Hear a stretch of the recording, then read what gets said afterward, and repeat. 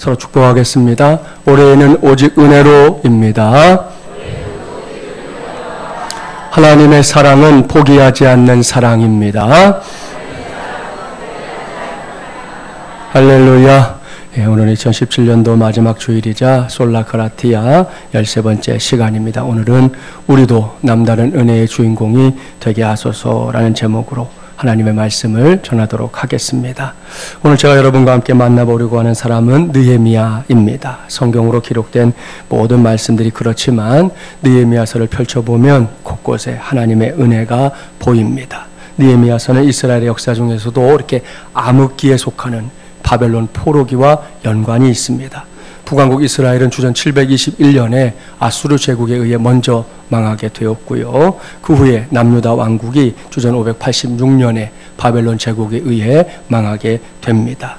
두 왕국 모두 회개하고 하나님께로 돌아오라 하는 하나님의 경고를 무시했다가 결국은 망국의 길에 서게 된 것인데요. 하지만 주일에도 지난 주일도 말씀드렸지만 하나님이 어떤 분입니까? 포기하지 않는 사랑으로 자기의 백성들을 이끄시는 하나님입니다.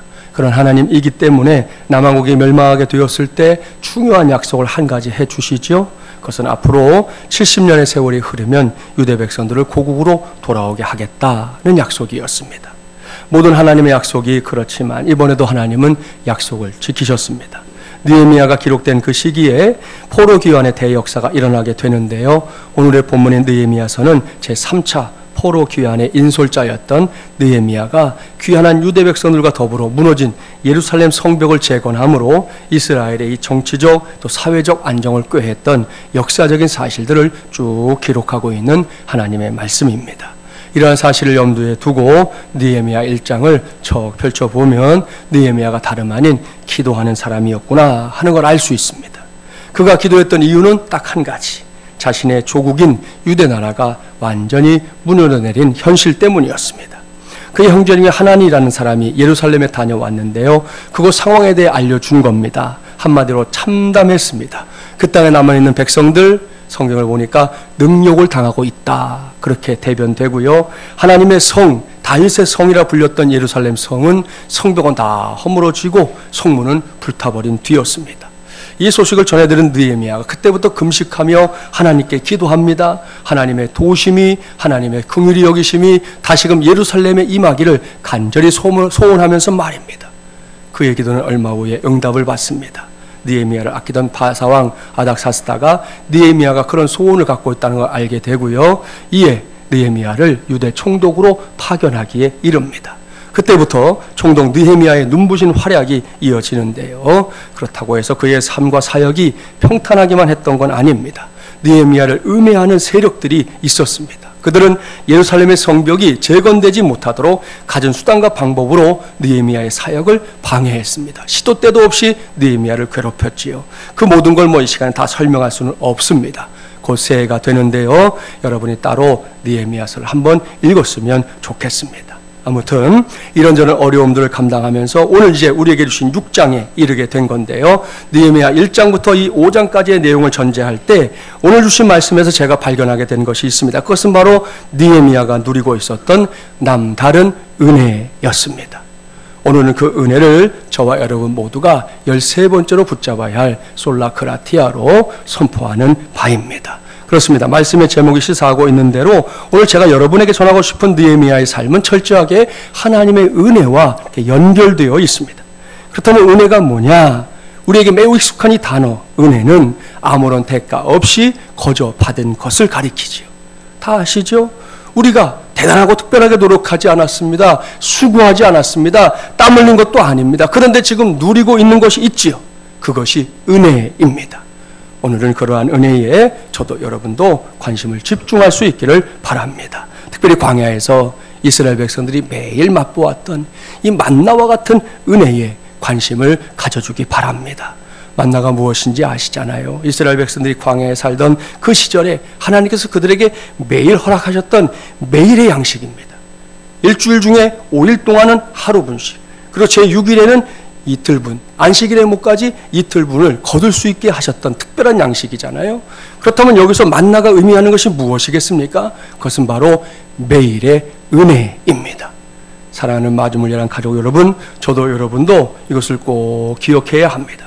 우리에게 필요한 하나님의 은혜는 누가 뭐라 해도 매일의 은혜입니다. 옳습니다. 띄엄띄엄 은혜가 필요한 게 아니에요. 한번 은혜 받고 나면 한참 동안 은혜 없이도 살 수 있는 게 아닙니다. 어제 받은 은혜가 있습니까? 그 은혜의 유효기간은 어제로 끝입니다. 오늘은 오늘 받아야 할 은혜가 따로 있는 것이죠. 그래서 우리가 기억하고 그 은혜를 누려야 한다는 것입니다. 이렇게 사는 사람이야말로 매사에 승리하는 삶을 살게 될 줄 믿습니다.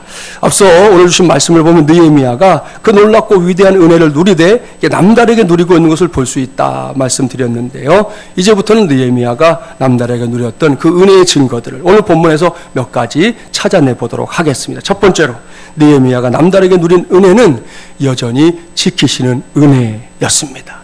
이것이 무슨 말씀일까요? 이것은 여전히 어려운 상황들이 이어지고 있었지만 그런 상황 속에서도 여전히 지켜주시는 은혜가 따로 있었다는 말씀입니다. 본문 1절과 2절 말씀 함께 봉독해 봅니다.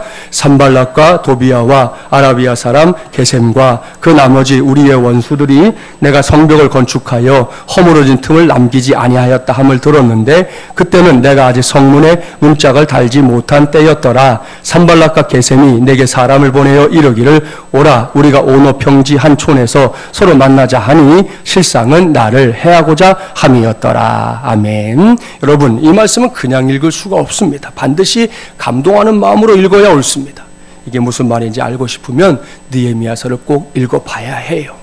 잠깐 말씀드린 대로 이때 이르기까지 느헤미야가 순간순간마다 겪었던 우여곡절 얼마나 많았는지 모릅니다. 흔히 말하는 안팎으로 어려움들이 얼마나 많았는지 모릅니다. 그때마다 고비의 산을 넘고 넘어온 느헤미야입니다. 그런데 이젠 그 모든 어려움들을요, 옛말 하듯 할 수 있는 그 시간이 서서히 다가오고 있었습니다. 왜요? 무너져 내렸던 예루살렘 성벽을 재건하는 일이 이제는 마무리 단계에 접어들고 있었기 때문입니다. 방금 본문 읽어보셨잖아요. 이제는 성문에 문짝만 달면 다 끝날 상황이다 그랬습니다. 이때 느헤미야의 마음 어떠했을까요? 느헤미야는 설레는 마음을 주체할 수 없었을 겁니다. 그동안 겪었던 일들, 그 고생스러웠던 일들이 흔히 말하는 주마등처럼 그의 마음속을 스치고 지나가고 있었을 거예요. 그런데 똑같은 일을 매우 불편한 심기로 지켜보는 사람들도 있었습니다.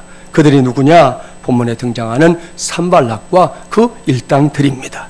이들은 느헤미야가 유대의 총독으로 부임하던 그때부터 끊임없이 느헤미야를 흔들어 놓으려고 했던 세력이에요. 그러니 느헤미야와 이스라엘 백성들이 감격하면서 성벽 재건 사역을 마무리하고 있을 그때 산발락 일당은 배가 아파 죽을 지경이었던 겁니다. 아니 배가 아픈 건 둘째치고 열을 받아서 죽을 지경이 된 것이죠. 더 이상 견딜 수 없게 된 그들이 느헤미야를 오노 평지로 불러내고 있습니다. 여기에 나오는 오노라는 이름, 우리에게는 결코 낯선 이름이 아닙니다. 왠지 아시죠? 2002년 솔트레이크 시티 동계올림픽에서 우리나라 김동성 선수의 금메달을 이 할리우드 액션이라고 그때 그랬어요. 건들지도 않았는데 이거 한번 해가지고 빼앗아간 이 미국의 쇼트트랙 선수의 이름과 똑같기 때문입니다. 그때 온 국민들이 얼마나 분개했었는지 기억하고 있습니까? 당시에 오너와 관련된 많은 이야기들이 인터넷에 넘쳤습니다. 신조어까지 생겼어요. 오노하다 그러면 과장된 몸짓을 하다 그런 의미로 쓰였고요. 또 오노 같은 놈 그러면 치사한 놈이라는 말과 똑같은 말이었어요. 그 뒤에도 안톤 오노는 다른 대회에서 똑같이 거짓 액션을 취하다가 들통이 나서 망신살이 뻗쳤다는 보도도 있었습니다. 물론 그 오노와 본문에 등장하는 오노가 같은 건 아닙니다. 근데 이 이름이 그다지 좋지 않게 들리는 것만큼은 어쩔 수 없는 것 같아요. 고약한 산발락이 느헤미야에게 만나자고 했던 장소가 하필이면 이게 오노였으니 말입니다. 당시에 산발락 일당이 왜 느헤미야를 만나려고 했는지 정확하게 알 수 없습니다. 오랫동안 성을 쌓느라고 수고했고 이젠 성이 거의 완성되어 가니 오노 평지에서 만나서 마음을 풀고 함께 휴식을 취하자고 한 것인지 아니면 더 이상 당신을 괴롭히지 않을 테니 오노 평지에서 만나 화평을 맺자고 제의했던 것인지 정확하게 알 수는 없습니다. 그러나 느헤미야가 간파했듯이 산발락 일당이 이런 제의를 한 것은 결코 느헤미야를 도울 의도는 아니었다는 거죠. 왜요? 산발락 일당이 늘 했던 것은 느헤미야를 해치려는 저의를 갖고 있었기 때문입니다.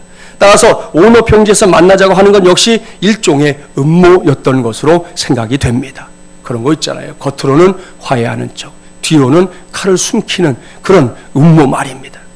이때 만일 산발랏 일당의 저희를 알지 못하고 느헤미야가 오노평지로 갔더라면 예루살렘 성벽이 완공 단계에 있었던 그 중요한 시기에 막대한 지장을 주었을 겁니다. 아니, 목숨까지 빼앗겼을지도 모를 일이지요. 그러나 하나님께서 느헤미야를 지켜주셨습니다. 산발랏 일당의 그 사탕 발림에 빠지지 않게 하신 겁니다. 그 달콤한 속삭임 뒤에 숨어있는 음모를 분별할 수 있도록 분별력을 주셨습니다. 이것이 느헤미야가 누렸던 남다른 은혜, 여전히 지키시는 은혜입니다. 그런 은혜가 요즘처럼 험한 세상을 살고 있는 우리 모두에게도 필요합니다.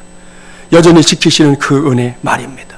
요즘 얼마나 험난한 세상입니까? 하룻밤만 자고 일어나면 별의별 일들이 다 일어나는 세상이잖아요. 믿음을 지키며 사는 거 결코 쉽지 않습니다. 그러니 하나님께서 여전히 지켜주시는 은혜가 없다면 어떻게 우리가 살아갈 수 있겠습니까?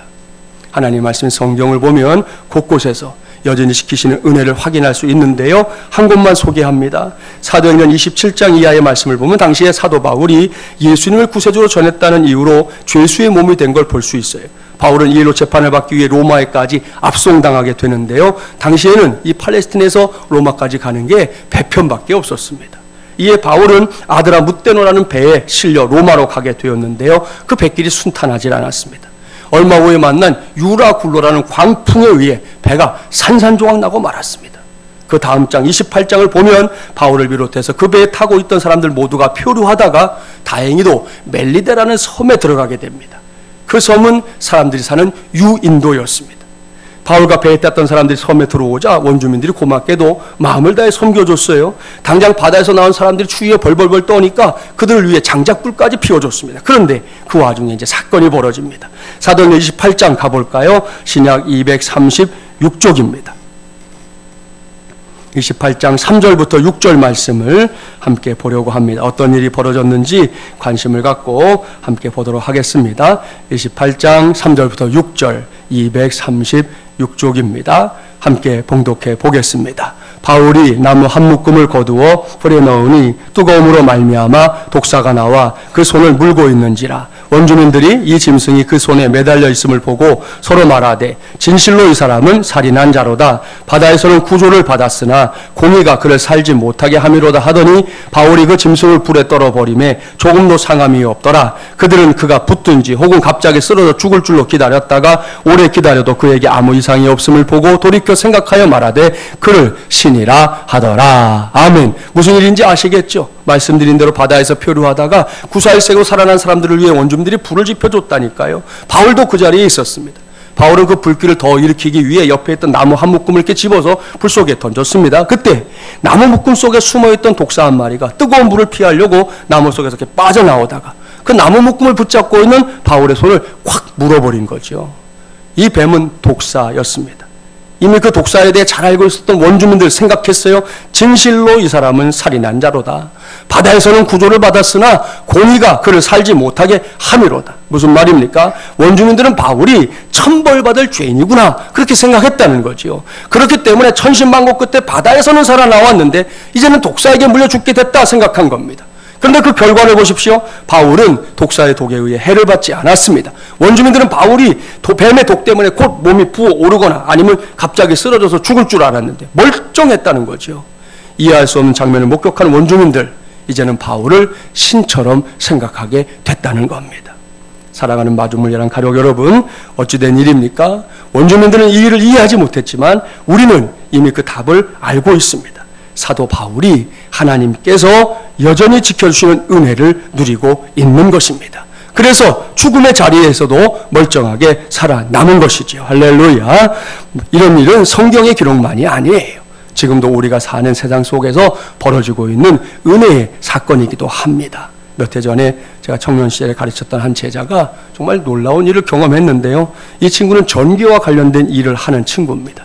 여러분 집안에 공급되는 220볼트 어쩌다 이렇게 한번 찌릿해도 막 깜짝 놀라고 그러시잖아요. 수만 볼트에 달하는 고압 전기를 상대로 일하는 친구입니다.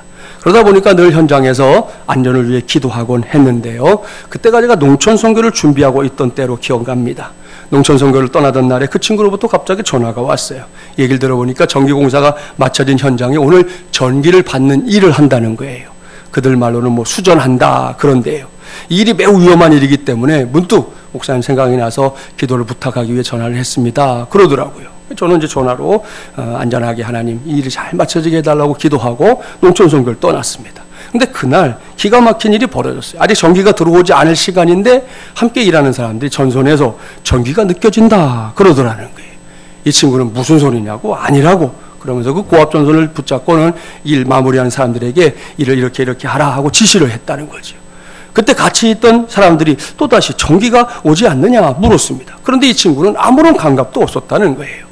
한참 이야기를 하다가 주변 사람들의 권유 때문에 혹시나 하는 마음으로 그 테스터기라는 거 아세요? 전압을 이렇게 재는 기계거든. 양쪽에 딱 재는. 이 기계를 가져다가 전압을 쟀어요. 어떻게 됐을까요? 테스터기가 펑 하고 터져버렸어요. 알고 보니까 그 전선에 이미 고압 볼트가 흐르고 있었던 겁니다. 그 자리에 있었던 모든 사람들이 다 의아해진 거예요. 아니 어떻게 이런 일이 있을 수 있지? 다 전기로 밥 먹고 사는 사람들인데. 이것은 그 사람들의 생각이었어요. 그러나 이 친구는 알았다는 거죠. 뭘요? 하나님께서 자신을 그것도 이전과 다름없이 여전히 지켜주고 계셨구나 하는 사실을 알았다는 겁니다. 물론 이런 일은 자주 일어나는 거 아닙니다. 뭐 아무 때나 일어난 일 아니죠. 그래서 제가 그 친구에게 아주 신신당부했어요. 너 그런 은혜 체험했다고 해서 아무 때나 고압선 붙잡고 그냥 장난치고 놀고 그러면 안 된다고. 더 조심하라고 신신당부했습니다. 할렐루야. 모든 영광을 하나님께 돌립니다. 참으로 감사할 일입니다.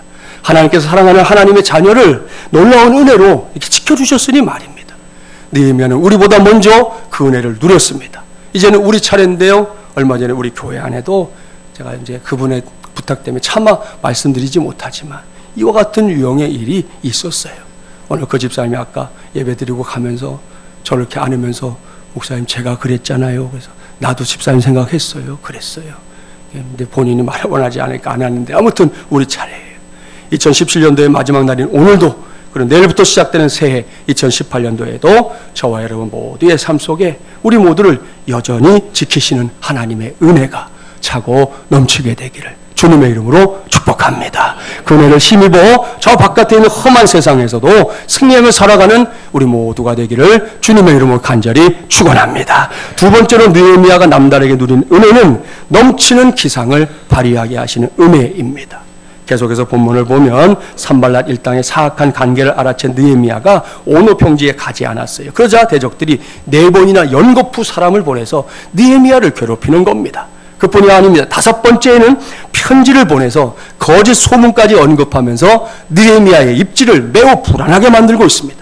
그 편지의 내용을 볼까요? 본문 5절부터 7절까지의 말씀 함께 봉독해 봅니다. 5절부터 7절입니다. 산발랏이 5번째는 그 종자의 손에 봉하지 않은 편지를 들려 내게 보냈는데 그 글에 이르기를 이방 중에도 소문이 있고 가스무도 말하기를 너와 유대 사람들이 모반하려 하여 성벽을 건축한다 하나니 내가 그 말과 같이 왕이 되려 하는도다. 또 내가 선지자를 세워 예루살렘에서 너를 들어 선전하기를 유다의 왕이 있다 하게 하였으니 지금 이 말이 왕에게 들릴지라. 그런즉 너는 이제 오라 함께 의논하자 하였기로. 보십시오. 산발랏의 편지에는 악성 루머가 잔뜩 들어있습니다.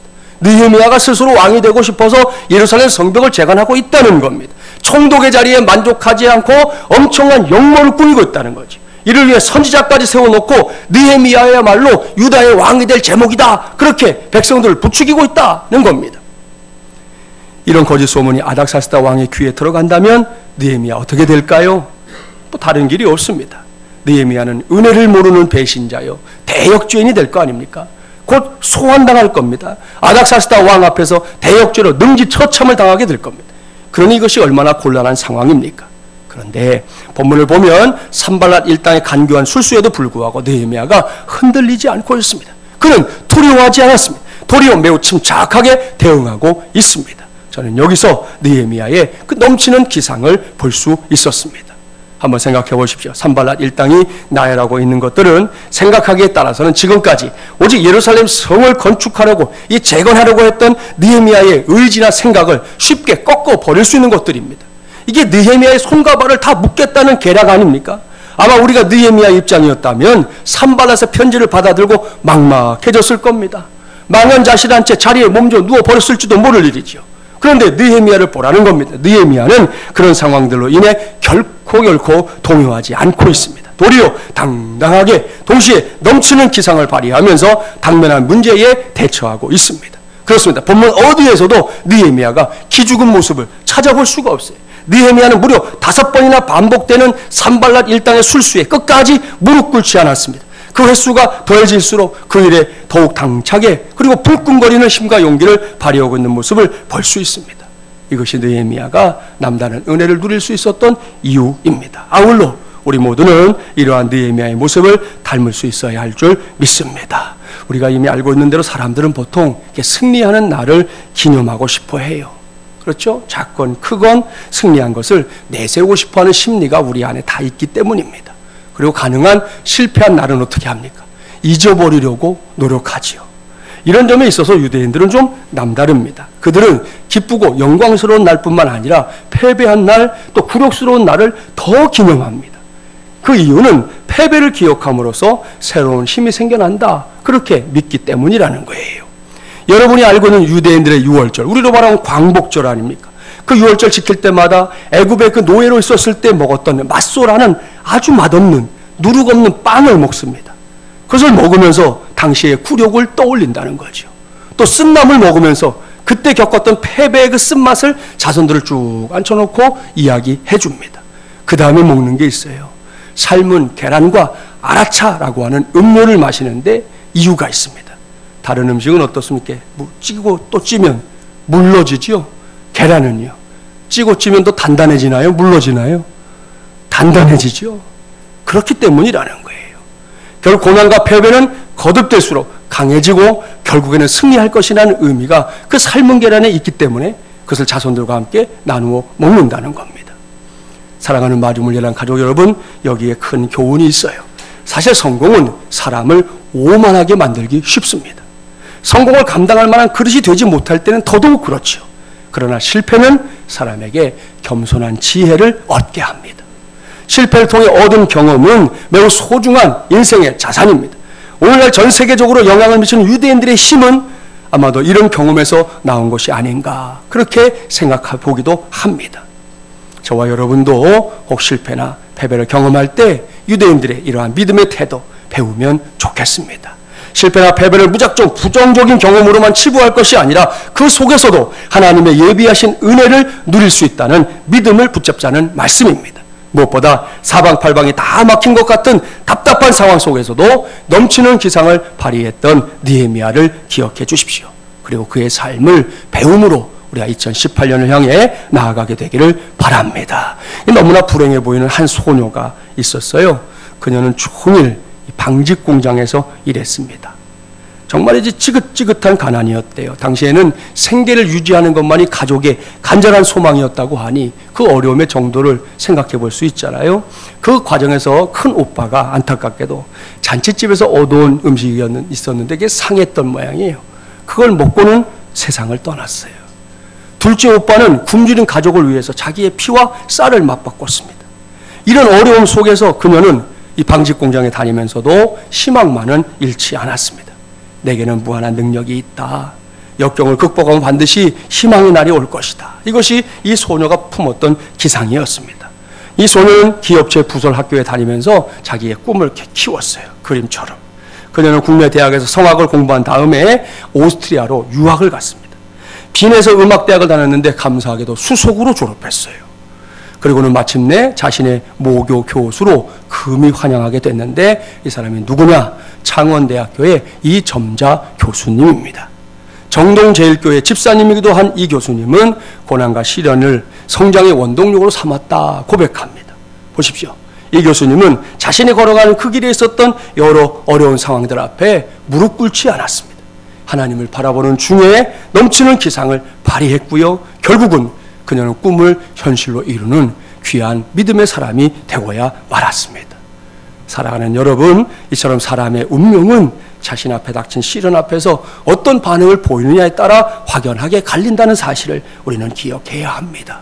그리고 지금 여러분에게 주어져 있는 상황이 어떤 상황이든 간에 그 속에서 느헤미야처럼, 그리고 이점자 집사님처럼 믿음의 기상을 확실하게 발휘할 수 있기를 주님의 이름으로 축복합니다. 거기에 남다른 은혜 꼭 임하게 될 줄 믿습니다. 마지막 세 번째, 느헤미야가 누린 남다른 은혜는 신앙의 개념화가 아닌 실체를 체험하는 은혜입니다. 이게 무슨 말인지 설명하기 위해서 먼저 본문 8절과 9절 말씀을 봉독해 보겠습니다. 8절 9절입니다. 내가 사람을 보내어 그에게 이르기를 내가 말한 바 이런 일은 없는 일이요 내 마음에서 지어낸 것이라 하였나니 이는 그들이 다 우리를 두렵게 하고자 하여 말하기를 그들의 손이 피곤하여 역사를 중지하고 이루지 못하리라 함이라. 이제 내 손을 힘있게 하옵소서 하였노라. 아멘. 이미 말씀드린 대로 산발랏 일당들은 느헤미야의 길을 꺾어 놓으려고 안달하고 있었습니다. 그러나 그런 계략에 넘어갈 느헤미야가 아니지요. 그는 산발랏 일당의 모든 루머에 휘둘리지 않았습니다. 정면 승부를 통해 당당하게 문제를 해결하고 있는데요. 그러고 나서 느헤미야가 남긴 한마디가 중요합니다. 마지막 절인 9절 말씀에 그 한마디가 실려 있지요. 이제 내 손을 힘있게 하옵소서. 아멘. 할렐루야. 사랑하는 마중물려랑 가요 여러분, 이것이 뭡니까? 넋두리입니까? 푸념입니까? 독백입니까? 신세타령입니까? 아닙니다. 이것은 분명히 기도입니다. 전능하신 하나님, 위대하신 하나님, 창조주 하나님을 향해 올려드리는 우리도 하는 그 기도 말입니다. 오늘 말씀을 시작하면서 느헤미야 1장에서 만나게 되는 느헤미야가 기도하는 사람이었다 했는데요. 이것은 그러한 사실을 다시금 확인시켜주는 말씀입니다. 여기에 등장하는 느헤미야의 모습을 보면 느헤미야의 신앙이 결코 막연한 개념에 머무는 신앙이 아니라는 거 알 수 있고요. 매일매일의 삶 속에서 하나님의 은혜를 체험하며 사는 신앙인이었다는 걸 알 수 있습니다. 쉽게 말하면 우리의 신앙, 뜬구름 잡는 그 무엇이 아니라 우리의 손에 이렇게 만져지는 실체가 있는 현실적인 사건을 체험하는 것이라는 말씀이에요. 이런 의미에서 볼 때 우리에게도 이 체험적인 신앙 꼭 필요합니다. 옳습니다. 결코 우리의 신앙은 우리의 머릿속에만 머물면 안 됩니다. 여기서 저와 여러분이 신앙생활을 하면서 특별히 이제 2018년 살아가면서 꼭 주의해야 할 것 한 가지 소개합니다. 그것은 개념화에 빠지는 것이에요. 한번 곰곰이 생각해 보십시오. 왜 우리의 영적 감각이 자꾸 이렇게 무뎌지는 것일까요? 왜 신앙생활을 한다고 하는데 성경이 보여주는, 우리 믿음의 선배들이 보여주는 그런 신앙의 역동성이 내 안에서는 그다지 일어나지 않는 걸까요? 여러 가지 이유를 꼽아볼 수 있겠지만 대표적인 이유가 있습니다. 그것은 우리가 하나님을 믿는다고는 하지만 실체의 하나님을 만나지 못하고 하나님이 그냥 개념화되고 있기 때문이라는 거죠. 그렇습니다. 예배와 기도, 찬양을 통해 직접적으로 또 개인적으로 하나님을 만나는 체험이 없으니까 자꾸 하나님이 개념에 머물고 마는 거예요. 문제는 개념은 어디까지나 개념일 뿐이라는 거예요. 개념은 결코 실체가 아닙니다. 예를 들어 볼게요. 여기에 멍멍 짖는 개, 여러분 개 하면 떠오르는 여러분 개념 있잖아요. 있다고 가정을 해볼게요. 저것이 개다라고 누가 말하면 그 순간부터 우리는 더 이상 그 개를 쳐다보지 않습니다. 무슨 말이냐? 사람들이 쉽게 어떤 체험과 관찰을 생략해버린다는 거예요. 왜? 내가 알고 있는 개념에 다 들어있다 생각하고 에이 개는 개지 뭐 이러고 더 신경을 안 쓴다는 거예요. 근데 실제로 이 개라고 불리는 대상 얼마나 여러분 관찰해 보셨어요? 얼마나 만나보셨어요? 보여드려 볼까요? 세상에서 제일 큰 개 보여드릴게요. 그레이트 댄이라는 품종이에요. 사람보다 커요. 저는 이름이 자이언트 조지래요. 111kg. 사람보다 큰 그런 개가 있고요. 개 중에는 작은 개도 있어요. 컵도구라고 들어보셨어요? 커피잔에 들어가는 놈도 있어요. 털이 많은 개도 개잖아요. 주둥이가 길게 나온 개도 있어요. 그뿐이 아니죠. 귀가 큰 개 보셨나요? 얼마나 큰 거 보셨나? 이빨이 무시무시한 늑대개도 있어요. 뭐 이건 몇 개 안 되는 거예요. 더 들자고 그러면 한두 끝도 없어요. 이렇게 헤아릴 수 없을 정도로 많은 대상이 엄연하게 존재하는데 우리가 개를 개념화시키는 순간 더 이상 아무것도 보지 않고 내가 알고 있는 개, 그 범주의 모든 것을 끝 이렇게 해버린다니까요. 그게 우리가 갖는 문제라는 거예요. 개념화의 문제. 마찬가지입니다. 하나님을 개념으로 한다? 무슨 뜻입니까? 그래서 하나님은 이러하리라고 자기 나름대로 머릿속에 정리해 놓은 것이 있는데 그것을 그냥 하나님이다 라고 받아들이는 행위예요. 생각해 보세요. 도대체 그것이 어떻게 하나님이 될 수 있겠습니까? 만약 우리가 그런 개념에 머무는 하나님을 믿는다면 우리에게는 능력도 없고요, 기쁨도 없을 겁니다. 특별히 그런 하나님과의 만남 절대로 기대할 수 없는 것이죠. 따라서 우리 모두는 개념화된 하나님이 아니라 성경이 드러낸 하나님, 그 하나님을 말씀을 통해서 만나야 할 줄 믿습니다. 옳습니다. 하나님의 말씀 성경을 통해 직접 하나님의 숨결을 좀 느껴봐야지요. 기도와 찬양, 설교를 통해 말씀하시는 하나님을 우리가 느낄 수 있어야죠. 언제든 오늘처럼 예배 속에서 하나님의 임재를 경험해 보는 것은 매우 중요한 일입니다. 여러분, 그 만남이야말로 진정한 기독교입니다. 또한 그것이 잃어버린 영적 감각을 회복한 살아있는 성도와 교회를 만들어주는 축복의 통로인 줄 믿습니다. 이런 이유 때문에 우리 모두에게도 체험적인 신앙이 필요하다는 거예요. 물론 체험적인 신앙이 신앙의 전부는 아닙니다. 또한 체험적인 신앙은 결국 획일화된 그 무엇이 아니에요. 이 사람의 체험과 저 사람의 체험이 똑같지 않아요. 하나님은 어차피 이 자리에 있는 모든 성도들이 다양한 성향의 신앙을 갖고 있는데 그런 다양성을 좋아하신다고요. 그럼에도 불구하고 하나님을 이렇게 만나는 체험만큼은 저와 여러분의 성향과 관계없이, 내가 어떤 성향의 신앙을 갖고 있느냐와 관계없이 모든 믿는 자에게 꼭 필요한 하나님의 최우선적인 은혜인 줄 믿습니다. 느헤미야를 보십시오. 그는 산발랏 일당으로부터 집요한 위협을 받고 있었습니다. 이번에도 산발랏이 루머를 통해 노린 것은 그들의 손이 피곤하여 역사를 정지하고 이루지 못하리라는 것이었어요. 느헤미야 4장 4절 말씀을 보면 이스라엘 백성들이 이전에 산발랏 일당의 집요한 그 심리전에 의해서 낙심에 빠졌던 경험까지 갖고 있어요. 이번에도 산발랏은 동일한 효과를 기대했던 건데요, 이때 느헤미야가 어떻게 했냐는 거예요. 그는 짧지만 간절하게, 무엇보다 확신에 가득 차서 하나님께 기도하고 있습니다. 하나님, 이제 내 손을 힘있게 하옵소서. 할렐루야. 이것이 느헤미야가 하나님을 기대하고 바라보며 올려드린 간절한 기도입니다. 반드시 기억하십시오. 이것은 자신의 상황을 들여다보는 게 아닙니다. 자신의 감정에 휩쓸리는 것도 아닙니다. 오로지 하나님의 역사를 기대하는 겁니다. 느헤미야가 당시에 이렇게 할 수 있었던 가장 중요한 이유, 그것은 느헤미야에게 하나님은 그저 개념 속에 머무는 존재가 아니라 느헤미야의 삶 구속에서 역사하시는 살아계신 하나님, 또한 전능하신 하나님이었기 때문입니다. 사랑하는 마지못이라는 가족 여러분, 우리도 낙심하게 될 때가 있습니다. 한순간에 손에서 힘이 쫙 빠져나가는 그런 경험하실 때 있잖아요. 더 이상 아무것도 할 수 없다고 느낄 때도 지난 한 해 동안 분명히 있었을 겁니다. 그럴 때마다 느헤미야의 기도를 떠올리기 바랍니다. 하나님, 이제 내 손을 힘있게 하옵소서. 이것은 결코 개념화된 신앙의 외침이 아니에요. 체험적인 신앙, 오늘도 살아계셔서 나를 위해, 우리를 위해 역사하시는 하나님을 체험한 신앙인의 외침이요 간구입니다. 이것이 다가오는 2018년도에도 저와 여러분 한 사람 한 사람의 간절한 기도가 되기를 바랍니다. 그럴 때 하나님께서 우리 가운데 역사하십니다. 또 한 번 체험적인 신앙의 자리에 우리 모두를 굳건하게 세워주실 줄 믿습니다. 그 남다른 은혜의 주인공들이 되는 우리 모두가 되기를 주님의 이름으로 축복합니다. 여기까지 오늘 저는 느헤미야가 남달에게 누렸던 은혜에 꼽아가며 말씀 전했습니다. 그 은혜의 목록 기억해 두십시오. 여전히 어려운 상황들이 이어지고 있었지만 그런 상황 속에서도 여전히 지키시는 은혜 따로 있습니다. 2018년도도 어떤 해가 될지 모르지만 우리에게 꼭 필요한 은혜 아닙니까? 어려운 상황에 굴하지 않고 도리어 넘치는 기상을 발휘하게 하시는 은혜도 있고요. 신앙의 개념화가 아닌 실체를 체험하는 은혜, 정말로 필요한 시대입니다. 이 모든 은혜가 오늘 우리가 붙잡아야 할 솔라 그라티아라는 거 기억하시고 이 모두를 붙잡고 21세기 우리 2018년을 향해 다시 한번 달려가게 되기를 바랍니다. 그 남다른 은혜를 결코 느헤미야만의 몫으로 남겨두지 마십시오.